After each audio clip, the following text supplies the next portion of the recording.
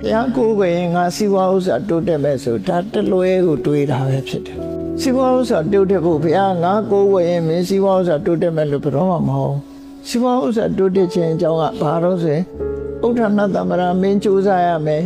ကြိုးစားဆွဲတယ်မယ်ဒက္ခလုပ်ငန်းကျွမ်းကျင်မှုရှိရမယ်အနန္တဆွဲကောင်းရမယ်ဥပါယဝိမန္တာနိပညာရှိရမယ်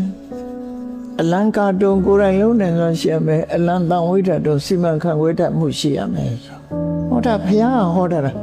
ငါကိုယ်ကိုမင်းချမ်းသာလိမ့်မယ်လို့မဟုတ်ဘူးဘယ်တော့မှအဲ့ကိုကတလွဲနားလဲနေခြင်းဖြစ်တယ်ဘုရားကိုယ်ကိုတာဘာအတွက်လဲဆိုရင် what should be done what should not be done ဘာလို့တင်တယ်လဲနဲ့ဘာမလုပ်တင်ဘူးနဲ့သိကိုရအတွက်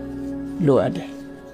ကိုယ်ကိုစဉ်းစားကြည့်လေနေမကောင်းတိုင်မသာဖြစ်ရင်ဆရာဝန်နေစီဘာလို့သွားတာထုံးသွားချင်းရဲ့ရည်ရွယ်ချက်ကဘာလို့ဆိုဘာယောဂရုံးလို့သိချင်တယ်ဘာကြောင့်ဖြစ်တာတော့သိချင်